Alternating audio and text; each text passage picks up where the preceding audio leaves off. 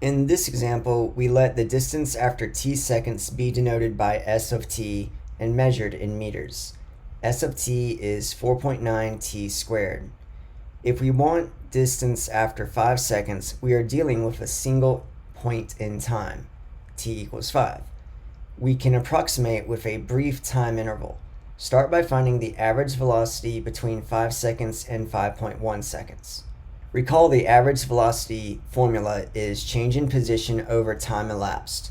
That's very similar to the average rate of change formula that you've seen in the past. So we take the change in position, which is s of 5.1 minus s of 5 divided by the time elapsed, 5.1 minus 5.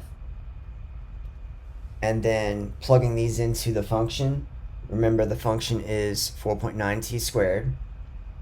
We have 4.9 times 5.1 squared minus 4.9 times 5 squared all over 0.1. We'll go to the calculator and calculate this now.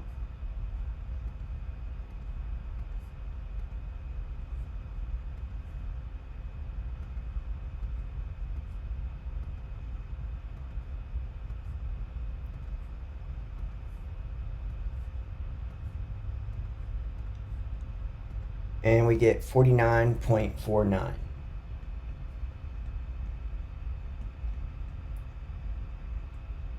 This is the average velocity from 5 seconds to 5.1 seconds. So the units here would be meters per second. So I'll fill in the table. We got 49.49 meters per second. We could continue to do this for smaller and smaller time intervals. I've already done that for you. Looking at our table, if we go from 5 seconds to 5.05, a smaller time interval, the average velocity is 49.245. And again, if we make the time interval a little bit smaller, we get 49.049. And again, making it smaller, we get 49.0049. And we could continue to do this process, getting smaller and smaller time intervals. If we look at this, it looks like there's a number that we're approaching.